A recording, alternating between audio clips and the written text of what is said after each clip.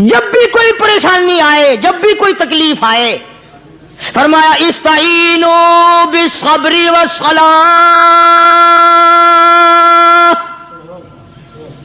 نماز پڑھو نماز پڑھو، انشاءاللہ آسانی ہوگی، صبر کر نماز پڑھ، ان اللہ مع الصابرین،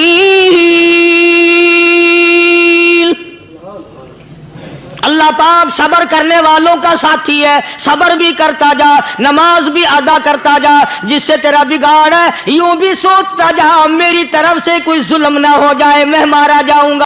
اللہ کے ولی بزرگان دین رحمہم اللہ علیہ مجمعین کے واقعات اور مختصر سے حالات اس نیت سے عرض کر رہا تھا کہ ہمیں بھی اپنے گریبان میں جھانکنے کا موقع ملے، ہم لوگ بھی یہ سوچیں کہ یہ اللہ والے تھے، پیٹ بھی تھا، نفس بھی تھا، بیوی بھی تھی، بچے بھی تھے، پیاس بھی لگتی تھی، بھوک بھی لگتی تھی، کپڑا بھی درکار تھا، سردی گرمی بھی آتی تھی، ان لوگوں نے اللہ کی رضا کیسے حاصل کی؟ نیت میری کسی کی تردید مقصود نہیں، سمجھانے کے لیے کہتا ہوں جیسے سڑک پہ پیدل آدمی چل رہا ہو اور پاس سے کار گزرتی ہے تو دل میں خیال آتا ہے کہ میرے پاس بھی کار ہوتی۔ ان اللہ کے نیک بندوں کو دیکھ کر میں اور آپ کیوں نہیں سوچتے کہ میں بھی اللہ کا نیک بندہ بن جاتا؟ کوٹھی بنگلہ دیکھ کر، لمبا چوڑا کاروبار کارخانہ دیکھ کر آدمی کے دل میں آتا ہے یارو یہ کارخانے دار ہے، میں اس کا مزدور ہوں۔ تیرے دل میں یہ بات کیوں نہیں آتی کہ میں نماز بھی نہیں پڑھتا اور فلانا ساری رات سویا ہی نہیں؟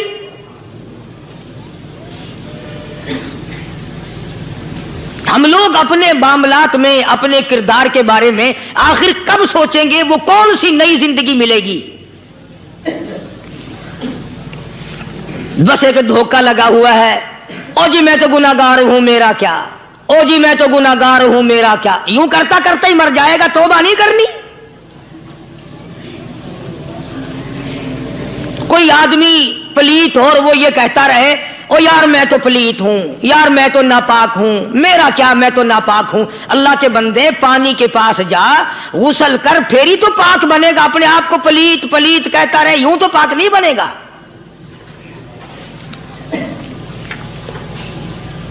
یہ اللہ والے جو ہوتے ہیں آدمی کے اندر کو ٹھیک کرتے ہیں۔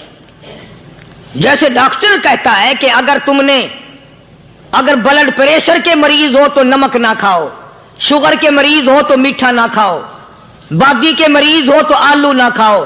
اللہ والا کہتا ہے اگر تمہارے اندر شرک کی بیماری ہے تو خدا کے دروازے کے سوا کہیں نہ جاؤ۔ اللہ والے اندر کا علاج کرتے ہیں، روحانی علاج کرتے ہیں، اس بیماری کا علاج کرتے ہیں جو قبر میں کام آئے گی۔ جب اللہ والوں کی مجلس میں بیٹھو گے تو وہ تمہیں یہ بتائیں گے کہ نبی کی سنتوں کے پھول چھوڑ کر بدعت کے کانٹوں کی طرف نہ جاؤ۔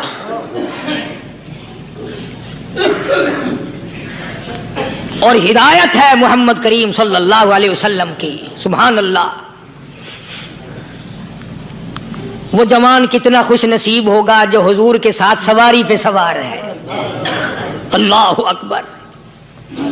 سیدنا معاذ بن جبل رضی اللہ تعالیٰ عنہ کی ذات اقدس ہے، جس سواری پہ محمد عربی صلی اللہ تعالی علیہ وسلم سوار ہیں، اسی سواری پہ صحابی بھی سوار ہے، آپ کے پیچھے سوار ہے۔ آپ نے 3 مرتبہ ارشاد فرمایا یا معاذ، وہ کتنا مقدروں والا جوان ہوگا جس کا نام آقا کے پیارے پیارے منہ سے نکلا۔ فرمایا یا معاذ، او معاذ، عرض کیا لبیک و سعدیک، میرے آقا میں حاضر ہوں، میں غلامی میں حاضر ہوں۔ کچھ نہیں فرمایا۔ پھر دوسری مرتبہ ارشاد ہوا یا معاذ، عرض کیا لبیک و سعدیک، کملی والے میں تیری خدمت میں حاضر ہوں، میں غلامی میں حاضر ہوں۔ تیسری مرتبہ پھر فرمایا یا ماس، سمجھے آپ، یہ تو حضور کو پتا تھا کہ میری آواز اس نے پہلی دفعہ میں ہی سن لی، پکار رہا ہے میں حاضر ہوں۔ 3 مرتبہ آواز اس لیے دی، یعنی میں جو تجھے بتانا چاہتا ہوں وہ بڑی اہم بات ہے، توجہ کر، دھیان کر اس بات کی طرف جو میں تجھے بتانے لگا ہوں۔ تیسری مرتبہ ارشاد ہوا یا ماس، عرض کیا لبیک و سعدیک، میرے آقا میں حاضر ہوں، غلامی میں حاضر ہوں۔ ارشاد فرماؤ، فرمایا یا ماس لا تشرک باللہ، او ماضی مجھ سے ارشاد سن لے، مجھ سے پیغام سن لے، میں محمد کریم صلی اللہ تعالی علیہ وسلم تجھے بڑی پتے کی بات بتانے لگا ہوں، گر کی بات بتانے لگا ہوں، کوئی حقیقت کی بات بتانے لگا ہوں۔ لا تشرک باللہ، او میرے جمال، میرے صحابی، او ماس، اللہ کی ذات میں، اللہ کی صفات میں کسی کو شریک نہ ٹھہرانا۔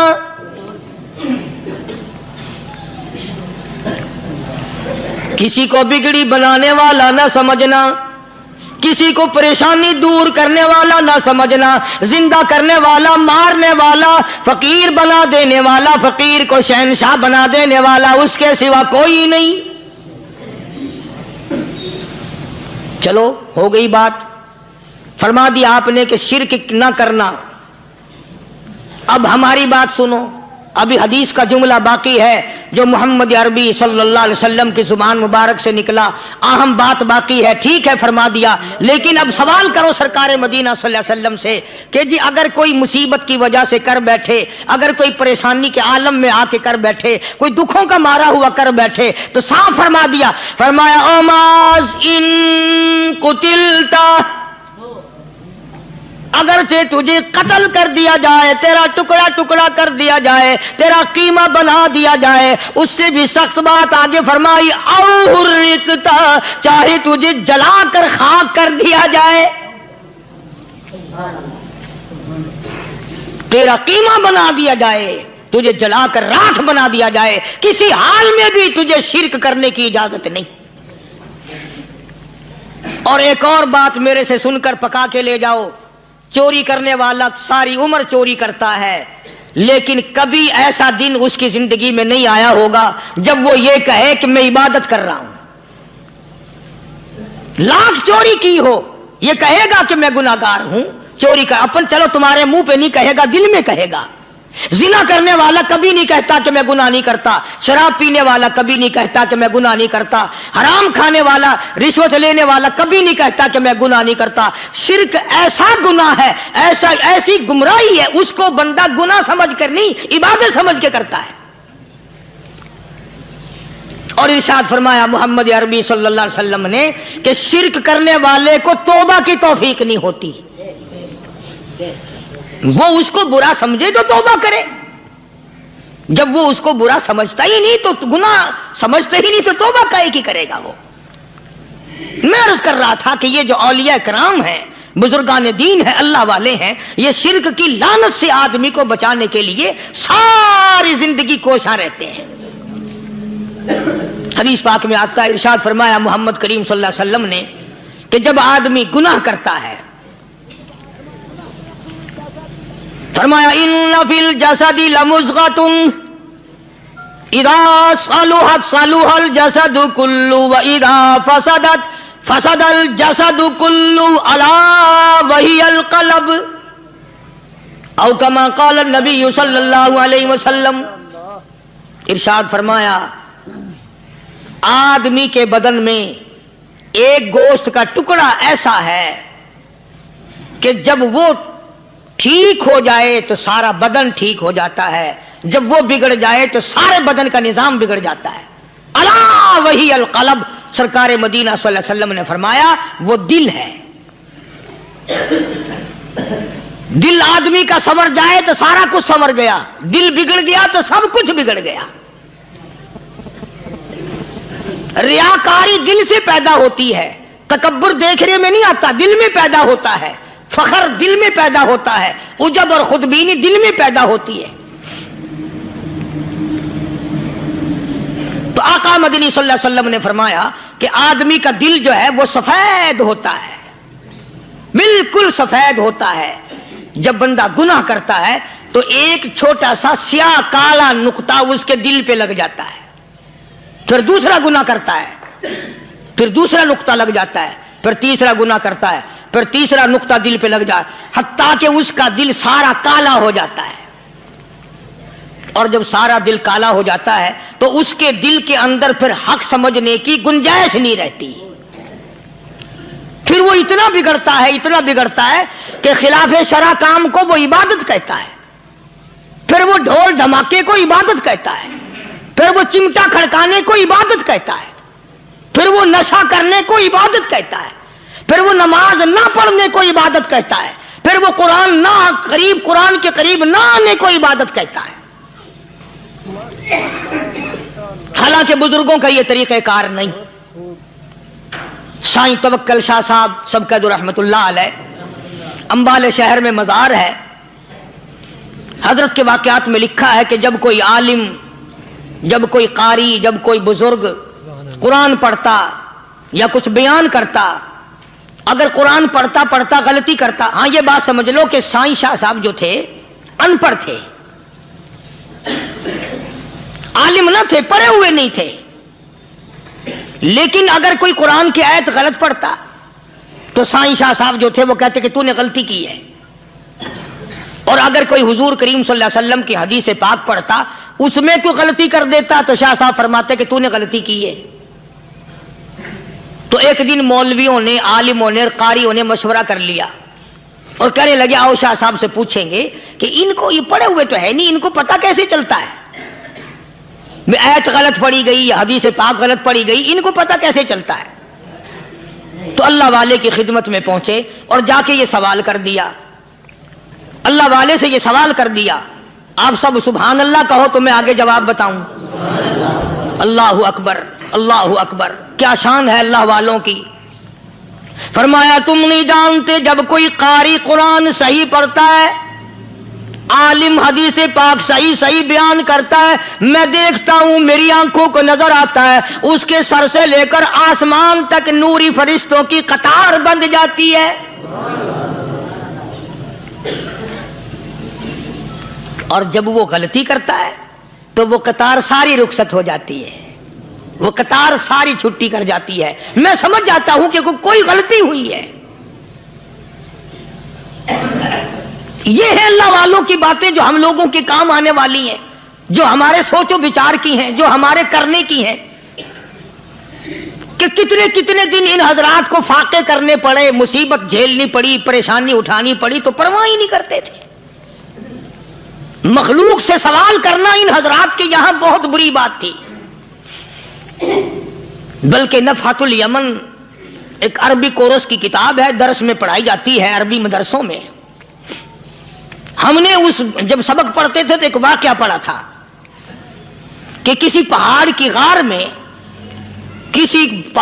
غار میں ایک اللہ والا رہتا تھا اور اللہ اللہ کرتا تھا ہر وقت، اللہ کی طرف سے کھانا آ جاتا تھا اور وہ کھا لیا کرتا تھا۔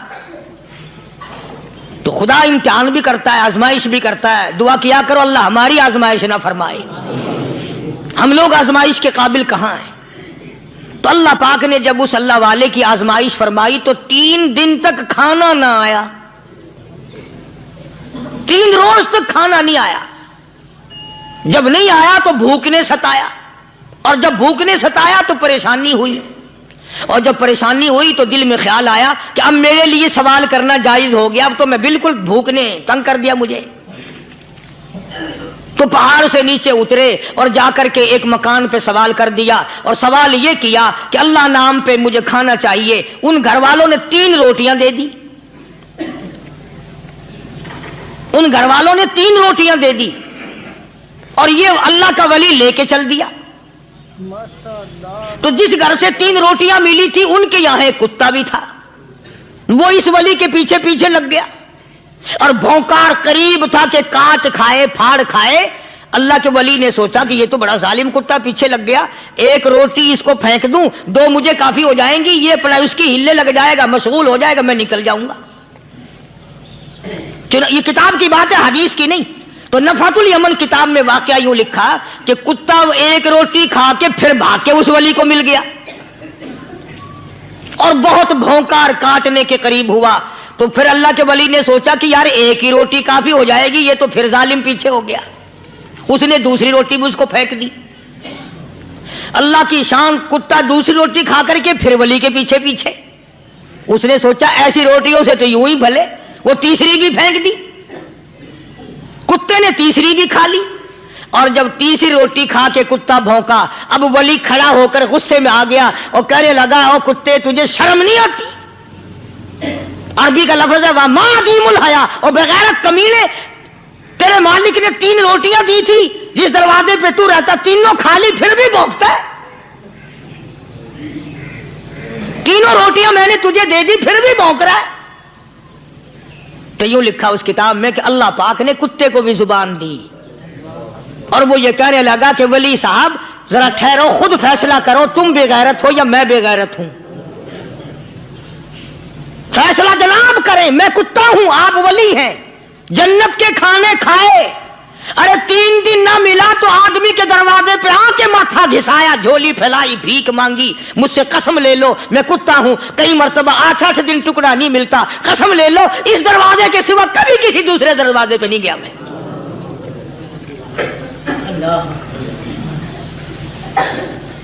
تجربہ کر لو, 3 دن کتے کو ٹکڑا ڈالو, چوتھے دن دم ہلا کر تمہارے پاؤں میں لٹے گا. ساری عمر گزر گئی اس مالک کا دیا ہوا کھاتے ہوئے پیتے ہوئے, آج بھی تجھے اس مالک کا دروازہ سمجھ نہیں آیا. پانی وہ پلاتا, والذی ہوا یطعمنی ویسقین, وَإِذَا مَرِضْتُ فَهُوَ يَشْفِينِ.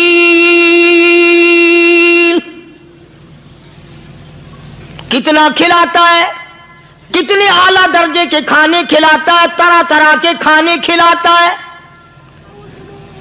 پالا اس نے, سنبھالا اس نے, زندگی اس نے دی, اولاد اس نے دی, خوبصورت بیوی اس نے دی, گھر آباد اس نے کیا. تھوڑی سی پریشانی آ گئی, اب جا کے قبر کے سامنے جھکا کھڑا ہے, اس مالک سے میرا کام نہیں چلا, او 4 گز زمین میں پڑنے والے, تو میری حاجت روائی کر دے.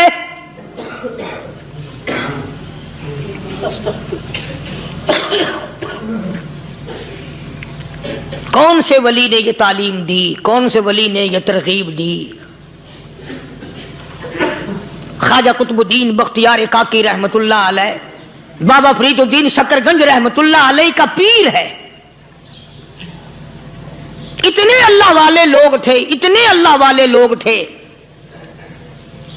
خواجہ قطب الدین بختیار کاکی رحمت اللہ علیہ کا آخری وقت دلی شہر میں آ گیا. نہ دولت تھی, نہ کوٹھی تھی, نہ بنگلہ تھا, فقیری. ہائے ہائے, عجیب بادشاہت ہوتی ہے ان لوگوں کی. بادشاہ ان کے دروازوں پہ آیا کرتے تھے. خواجہ ابو الحسن خرقانی رحمت اللہ علیہ بزرگ گزرے ہیں. محمود غزنوی کا زمانہ ہے. محمود غزنوی مرحوم بادشاہ نیک آدمی تھا. خواجہ ابو الحسن خرقانی رحمت اللہ علیہ کی خدمت میں آیا اور حضرت نے یوں پوچھ لیا, فرمایا محمود 2-4 دن پہلے بھی تو سنا تھا کہ تم ادھر آئے ہو, مجھ سے مل کے نہیں گئے؟ تو کہنے لگا حضرت سرکاری دورے پہ آیا تھا, سرکاری دورے کی لپیٹ میں اللہ والے کی زیارت کو بے ادبی سمجھتا ہوں. اللہ والے کی زیارت کرنے آؤں, کام کوئی اور لے کر آؤں اور اللہ والے کی زیارت کروں؟ میرے نزدیک یہ بے ادبی ہے. فرمایا آج ارادہ کر کے آئے ہو؟ کہ جی ہاں ارادہ کر کے آیا ہوں. باتیں ہوتی رہی. محمود کہنے لگا حضرت آج بہت بڑا کام لے کر آیا ہوں. دعا فرماؤ سومناتھ کے مندر پہ حملے کا ارادہ ہے.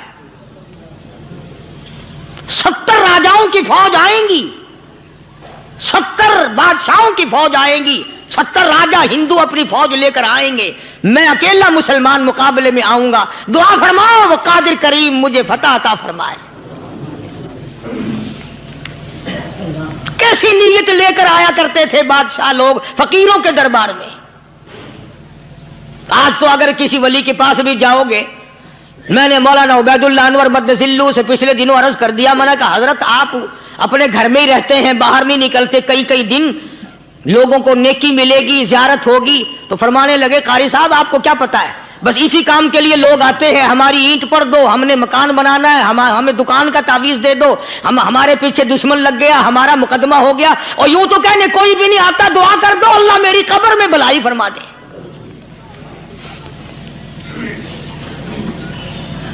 تو محمود غزنوی نے خواجہ ابوالحسن خرقانی سے درخواست کی کہ آپ دعا فرمائیں.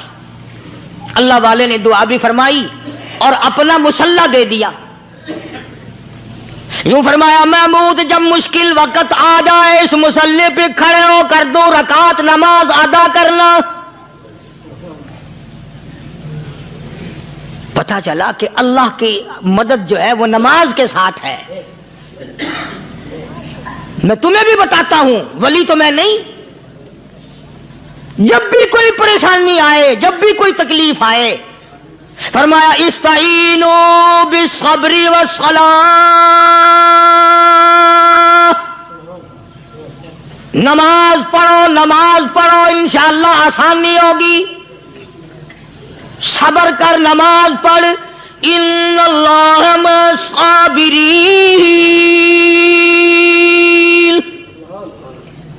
اللہ پاک صبر کرنے والوں کا ساتھی ہے. صبر بھی کرتا جا, نماز بھی ادا کرتا جا, جس سے تیرا بگاڑ ہے یوں بھی سوچتا جا میری طرف سے کوئی ظلم نہ ہو جائے, میں مارا جاؤں گا.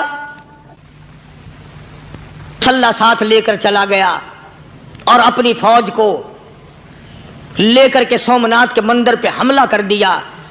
مسلمان فوج بڑا سفر کر کے آئی تھی, دور سے آئی تھی, تھکی ہوئی تھی, چور چور تھی, اتنے حالات نہ تھے, اتنے ہتھیار نہ تھے. 70 راجاؤں کی فوج کے مقابلے میں مسلمانوں کو شکست ہو گئی.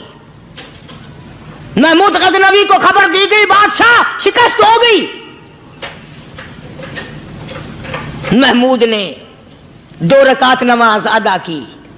اور یہ بھی بتا دوں اللہ والوں کا اتنا ادب کیا محمود غزنوی نے کہ اس مسلح پہ کھڑے ہو کر نماز نہیں پڑھی, اس کو سر کے اوپر رکھ کے نماز پڑھی.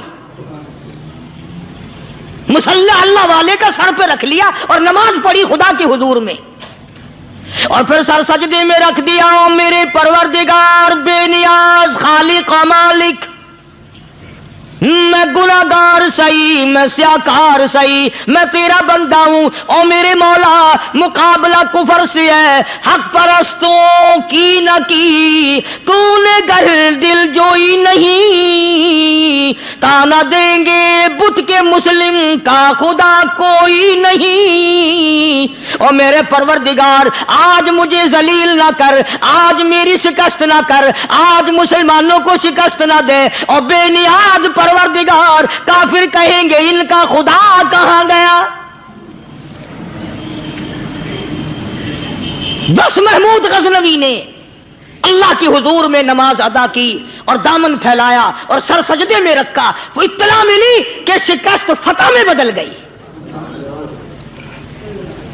چنانچہ جمعے کا خطبہ محمود غزنوی نے سومناتھ کے مندر کے اندر دیا. کس قدر اللہ والوں کو دلچسپی تھی ان معاملات سے کہ قوم کے لیے بھلائی ہو, ملک کے لیے بھلائی ہو, عوام کے لیے آخرت کی دنیا کی بھلائی مقصود تھی. خواجہ قطب الدین بختیار کاکی رحمت اللہ علیہ دلی شہر میں رہتے ہیں. بادشاہوں کا زمانہ ہے. اللہ اللہ کیا عجیب لوگ تھے. آج تو اچھے بھلے دیندار طبقہ نماز پڑھانے والوں کو نماز کے, غسل کے, وضو کے مسائل معلوم نہیں. دوستو ایسا وقت تھا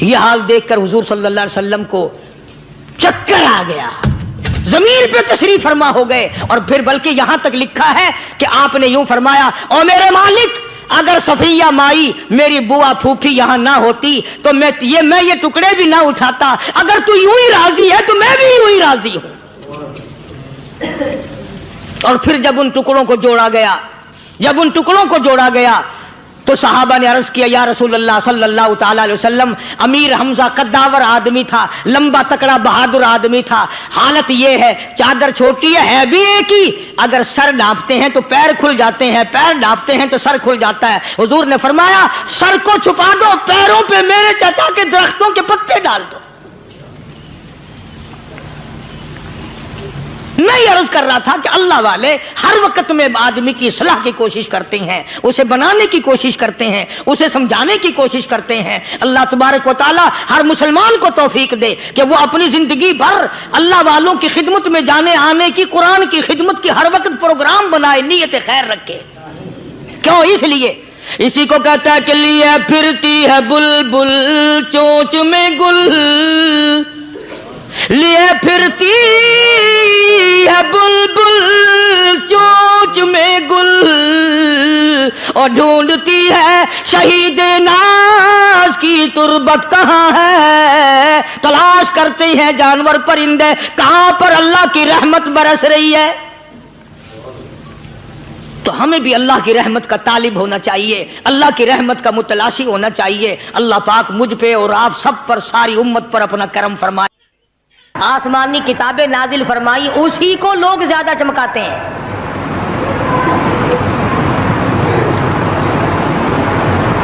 خدا اس بات کو گوارا ہی نہیں کرتا کہ میری طرف سے بغیر میرے اعلان کے کوئی ذرہ برابر اعلان کر سکے. وہ کسی قلندر کو، کسی ملنگ کو، کسی کو اختیار نہیں دیتا. جن کا خدا جیتا جاگتا حی و قیوم قائم دائم ہے وہ تو ایسا ہے، اور جن کا خدا کبھی پیدا ہوتا ہے کبھی مر جاتا ہے ان کی میں بات نہیں کرتا.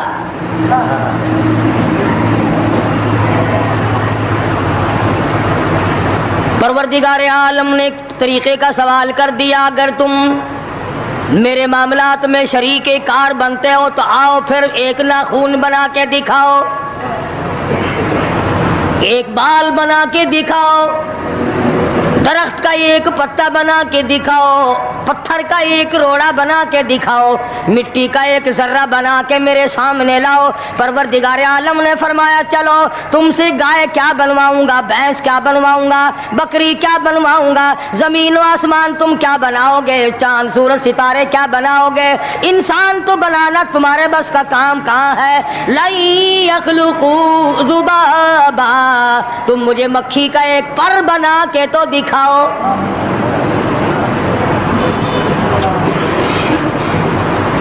فرمایا جس کے دل میں توحید و ایمان یقین کی دولت جم جاتی ہے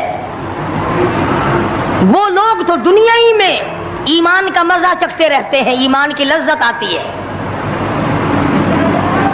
صحابہ اکرام رضوان اللہ تعالی علیہ مجمعین کی جماعت نے دنیا ہی میں جنت کو دیکھا، جنت کی خوشبو سونگھی، کسی کو جنت کی ہوا لگی، کسی نے جنت کا نقشہ دیکھا، کسی کو جنت کا نظارہ کرا دیا گیا دنیا ہی میں.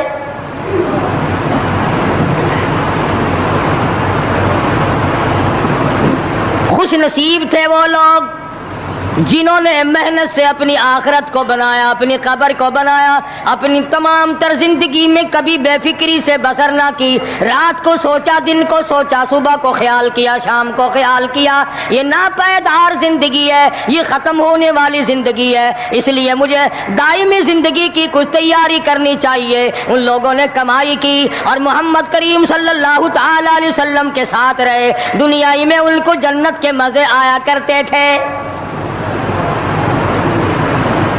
من عمل صالحا من ذکر او انثى وهو مؤمن فلنحيينه حياة طيبة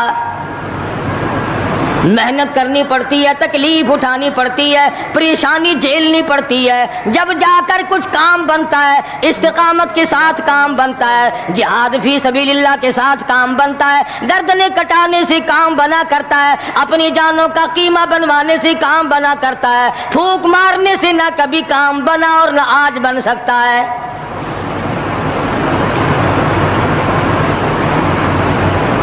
علماء کرام میں بے شمار لوگ اس قسم کے آئے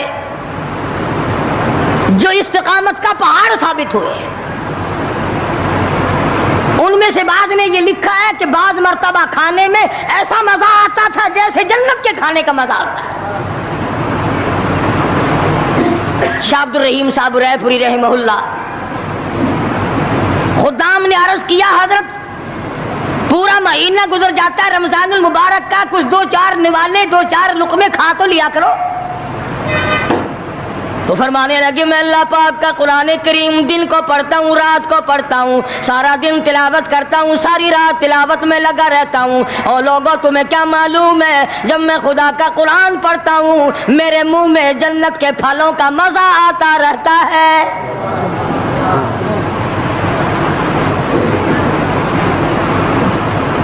صحابی ہے مدنی کریم صلی اللہ تعالی علیہ وسلم کا، احد پہاڑ کی طرف جا رہا ہے، ایک دوسرا صحابی سامان لے کے لینے کے لیے واپس آ رہا ہے، وہ جانے والا پوچھتا کدھر چلا، کہتا ہے مجھے فلانا کام ہے، پوچھا تم کہاں چلے، کہتا رب ذوالجلال کی قسم احد پہاڑ سے جنت کی خوشبو آ رہی ہے۔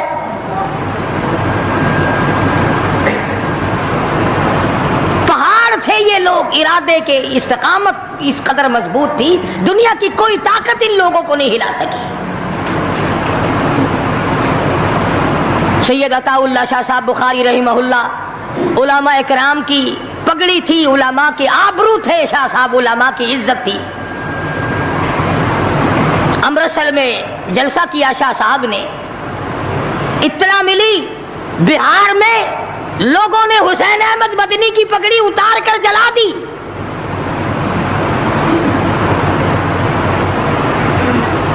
بخاری نے جلسہ کیا، لوگوں نے جستجو آنا نگاہوں سے دیکھا کہ آج بخاری سٹیج پہ ننگے سر کیوں آیا۔ فرمایا ہاں ہاں جو کچھ نگاہوں سے پوچھ رہے ہو سمجھ گیا ہوں، تم یہی کہتے ہو نا کہ میں ننگے سر کیوں آیا ہو، جب حسین احمد کی پگڑی تم نے اتار دی، بخاری اوڑھ کر آنے والا کون ہوتا ہے؟ آج تک دیکھو ان بہاریوں کو تم کہاں کہاں یہ دھکے کھاتے پھرتے ہیں۔ مولانا حسین احمد مدنی رحمت اللہ علیہ کی پگڑی اتاری، پیروں کے نیچے بلی اور جلا دی، داڑھی میں شراب پھینکی، بے عزتی کی، پتھر مارے۔ جو سب سے آگے تھا صبح کو تالاب میں نہانے گیا، پیر اوپر ہے سر نیچے ہے، لوگ کہنے لگے بلے بلے اتنا لمبا سانس، بہت دیر ہو گئی۔ جب آدھا دن گزرا لوگوں نے جا کے دیکھا حضرت دنیا سے تشریف لے جا چکے تھے، وہ مر چکا تھا، پاؤں اوپر سر پانی میں ڈوب کے مر گیا۔ اس طرح سے غرق کیا خداوند عالم نے، کیا میرے ولی کی توہین کرنے والوں تم بچ کے نہیں جا سکتے۔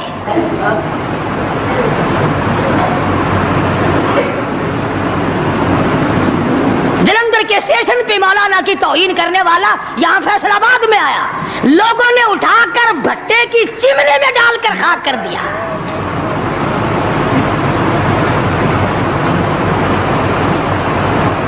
اللہ والوں کی توہین بشرطے اللہ والا ہو،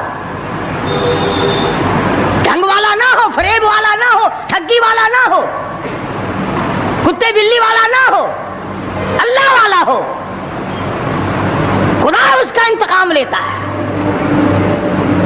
کلکتے میں مولانا ابوالکلام آزاد رحمہ اللہ کی بیگم بیمار ہے، مولانا ابوالکلام آزاد رانچی جیل میں ہے، بیگم آزاد نے خط لکھا، اطلاع دی میں بڑی شدید بیمار ہوں، ایسا معلوم ہوتا ہے میرا آخری وقت ہے، مجھے آ کر کے مل جاؤ، بڑی جلدی ہے، میری بڑی تمنا ہے، بڑی آرزو ہے۔ مولانا نے جواب دے دیا اگر تیرا آخری وقت قریب ہے کلمہ پڑھتی چلی جا، استغفار کرتی چلی جا، قرآن کریم کی تلاوت کرتی کرتی رخصت ہو جا، اللہ اللہ کرتی رخصت ہو جا، میں تجھ سے ملنے کے لیے انگریز ظالم کے سامنے ضمانت کی بھیک مانگنے کو تیار نہیں۔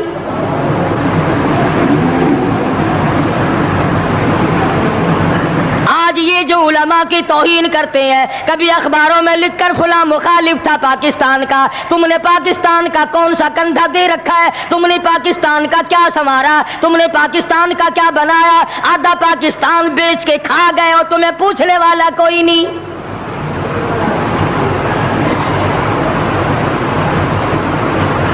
مولانا ابوالکلام آزاد رحمہ اللہ نے جواب دے دیا، وہ ایسے خوددار لوگ تھے، وہ ایسے اللہ والے لوگ تھے کہ انہوں نے ظالم کے سامنے ضمانت کی بھیک مانگنے سے انکار کر دیا، اور یہ صرف ایک یہ نہیں، اس قسم کے ہزاروں تھے۔ مسٹر ٹامسن فرانسیسی مورخ لکھتا ہے دلی کے چاروں طرف، دلی سے آگرہ تک، دلی سے پانی پت تک، دلی سے مراد آباد تک، دلی سے غازی آباد تک، چاروں طرف کم سے کوئی درخت کا ٹہنا ایسا نہ تھا جس پہ کسی عالم دین کی لاش نہ لٹکی ہو۔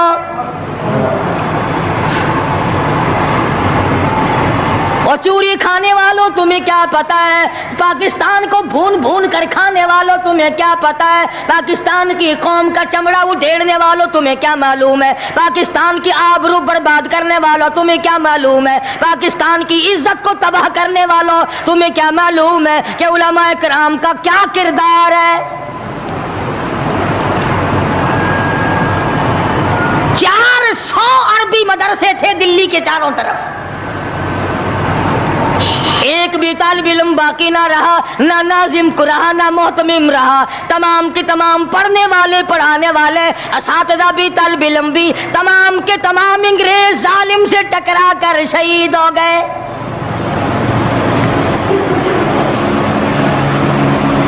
مولانا ابوالکلام آزاد رحمہ اللہ نے جواب دے دیا بیگم آزاد کا انتقال ہو گیا،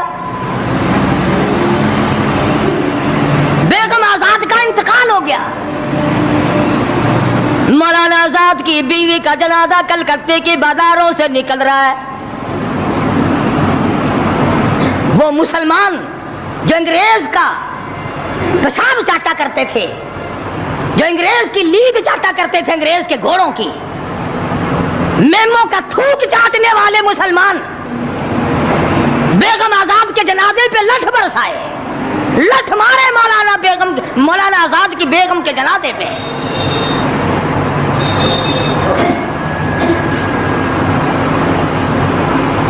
بجائے ایک اللہ والی کے جنازے میں شرکت کرتے، آج بھی یہ اخباروں والے کبھی کہتے ہیں ہندوستان میں مسلمانوں کے ساتھ یوں ہو رہا ہے، دیوبند میں یوں ہو، تم اپنی تو بات کرو، تمہارے یہاں کیا ہو رہا ہے؟ کون سی رات ہے جس میں ڈاکہ نہیں، کون سا دن ہے جس میں ایکسیڈنٹ نہیں، کون سی گھڑی ہے جس میں کسی مسلمان کے کلیجے کو تم چیر کر نہیں کھاتے؟ دوسروں کی باتیں کرتے ہو اور تمہارے پاس پیسے حرام کے ہیں، تم اخبار پڑھے بغیر جی نہیں سکتے۔ اگر 5 روپے کا اخبار ہو جائے گا پھر بھی تم ناشتہ 50 حج کر لو، پھر بھی اخبار سے صبح انشاءاللہ ہوگی تیری۔ حاجی صاحب صبح قرآن پڑھا کر اخبار قبر میں کام نہیں آئے گا، نرا جھوٹ، نرا بکواس۔ کوئی ریڈیو کا سر پکڑے بیٹھا ہے، کوئی ساری رات ٹی وی کے سامنے مرے ہوئے کتے کی طرح پڑھ کے گزار دیتا ہے، دوسروں پہ تنقید، دوسروں کو بکواس۔ مولانا ابوالکلام آزاد رحمہ اللہ کی بیگم کا جنازہ گزر رہا ہے، لوگوں نے لٹھ مارے، مسلمانوں نے مارے، کلمہ گو نے مارے، مسلمانوں کی آل اولاد نے لٹھ چلایا۔ سید عطا اللہ شاہ صاحب بخاری رحمۃ اللہ علیہ کو پتہ چلا، تیسرے چوتھے دن تشریف لے گئے، بن بلائے گئے، وہاں جا کر کے لوگوں کو للکارا اور فرمایا لوگوں تم نے اس عفیفہ کے جنازے پہ لٹھ چلایا, تم نے اس سیدہ کے جنازے پہ لٹھ چلایا جس کو بے نقاب تو کیا تم نے کبھی با نقاب بھی نہیں دیکھا. لیڈر کی بیوی تھی, عالم کی بیوی تھی, بہت بڑے سیاستدان کی بیوی تھی. کلکتے کے لوگوں نے مولانا ابوالکلام آزاد کی بیوی کو کبھی بغیر پردے تو کیا پردے میں بھی نہیں دیکھا. آج تو جب تک ساتھ لے کر بازار میں سے گزر نہ جاؤ اس وقت تک لیڈری نہیں چمکتی. کم سے کم پتہ تو چلنا چاہیے نا اس کے گھر میں مال کیسا ہے. اور اب تو بلکہ جب نکاح ہوتا ہے تو اسی وقت دلہے دلہن کا اخبار میں فوٹو آتا ہے کہ دلہا کس بھاؤ کا دلہن کس بھاؤ کی ہے. شرم نہیں آتی مسلمان کہلاتے ہوئے. ادھر کی بارات میں بھی حاجی, ادھر کی بارات میں بھی مسلمان اور نمازی. بھئی یہ کیا حرکتیں ہو, ارے بس لڑکے وڑکے ہیں نا, چھوکرے وکروں کے کام ہے یہ. کیا قیامت میں قبر میں گزارا ہو جائے گا یوں ہی؟ اللہ پوچھے گا کہ تم کیا کیا بدماشیاں کیا کرتے تھے. جی ہم تو بڑے نیک آدمی تھے, ہمارے لڑکے بڑے حرامی تھے, وہ یوں کیا کرتے تھے. کیسے کام چلنے لگا. سید عطا اللہ شاہ صاحب بخاری رحمت اللہ علیہ نے للکار کے کہا تم نے اس عفیفہ کی بے عزتی کی, توہین کی, سیدہ کی توہین کی جس نے کبھی تم نے کبھی اس کو بے نقاب تو کیا با نقاب بھی نہیں دیکھا, برقعے کی ساتھ بھی نہیں دیکھا. فرمانے لگے میری نگاہ, میری نظر, میری آنکھ دیکھ رہی ہے کہ تمہاری لاشوں کو کلکتے کے بازاروں میں کتے گھسیٹ رہے.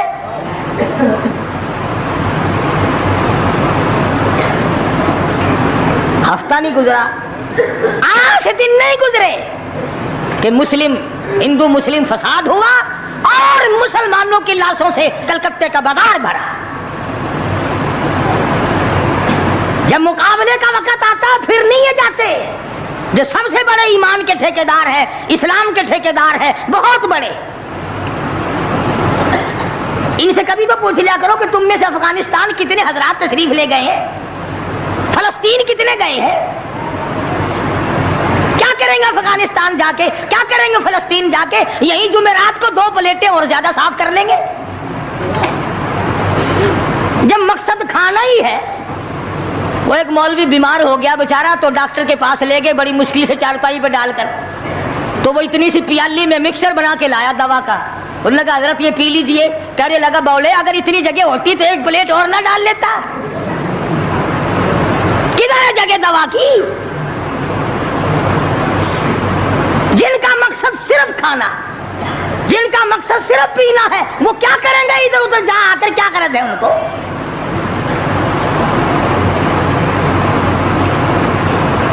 شیخ العربی والا جم حضرت مولانا سید حسین احمد صاحب مدنی رحمت اللہ علیہ جیل میں ہے, انگریز کی مخالفت کرتے ہوئے, دشمنی کرتے ہوئے جیل میں ہے. آپ کو اطلاع دی گئی مولانا تمہاری والدہ انتقال کر کے جنازے پہ آ جاؤ. اماں کا آ کر منہ دیکھ لو, کندھا دے دو, ساری عمر کے لیے تمہاری والدہ کا چہرہ چھپ جائے گا. مولانا نے جواب دیا ایک والدہ کا, ایک بھاوج اور بھابھی کا, بھتیجی اور بہنیں مولانا مدنی کے جیل میں رہتے رہتے 6 جنازے گھر سے نکلے.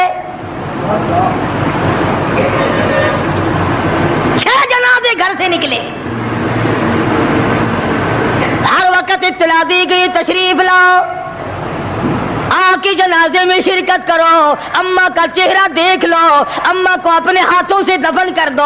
مولانا نے جواب دیا الحمدللہ اللہ پاک نے مجھے توفیق بخشی ہے, میں یہیں بیٹھا دعا کروں گا. او میری والدہ اللہ کے یار رخصت ہو جا, اللہ تیری قبر کو جنت کا باغ بنائے, اللہ پاک آخرت بہتر بنائے, دنیا سے ایمان کی دولت ساتھ لے جانے کی توفیق عطا فرمائے. پر میں تیری زیارت کے لیے, میں تیرے جنازے میں شرکت کے لیے انگریز ظالم سے ضمانت کی بھیک مانگنے کو تیار نہیں.